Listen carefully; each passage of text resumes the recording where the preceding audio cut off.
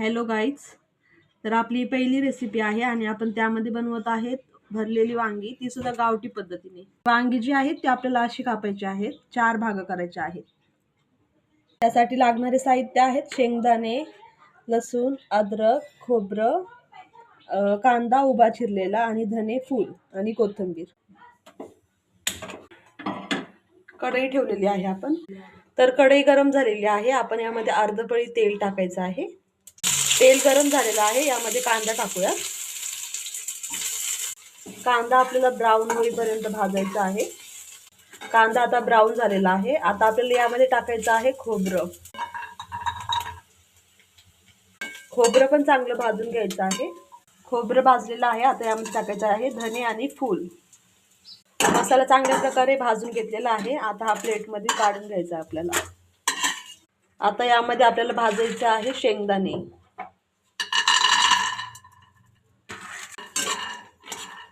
शेंगदाणे भाजून झालेले आहेत. आता आपण ते प्लेटमध्ये काढून घेऊया.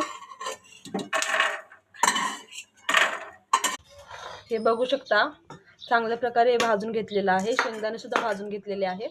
अद्रक लसूण भाजायचं नाहीये, असंच मिक्सर मध्ये आता टाकायचं आहे आपल्याला.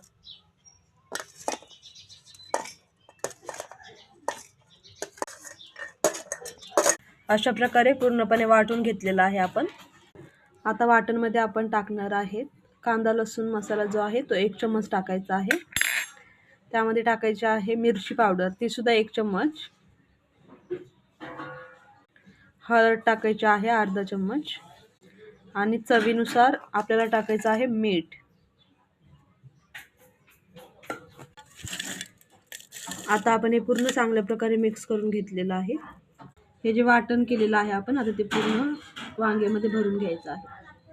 असं चारही बाजूनी भरायचं आहे, म्हणजे वांग्याला टेस्ट येईल. हे बघा, चांगले असे वांगे भरून घेतलेले आहेत आपण. सगळे वांगे भरून घेतलेले आहेत अशा प्रकारे. कढई तापलेली आहे. आता आपल्याला यामध्ये 2 पळी तेल टाकायचं आहे. इथे बघू शकता तुम्ही, आपलं तेल गरम झालेलं आहे आणि आपण एक बारीक टोमॅटो चिरून घेतलेला आहे, कारण टोमॅटोनी चव येते भाजीला म्हणून. बघू शकता, टोमॅटो चांगल्या प्रकारे आपण फ्राय करत आहोत.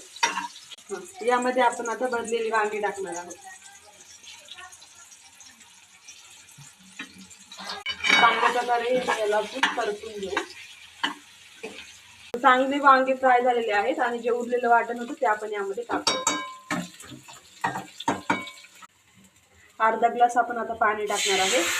तुम्हाला जर पातळ करायचं असेल तर तुम्ही जास्त पण टाकू शकता.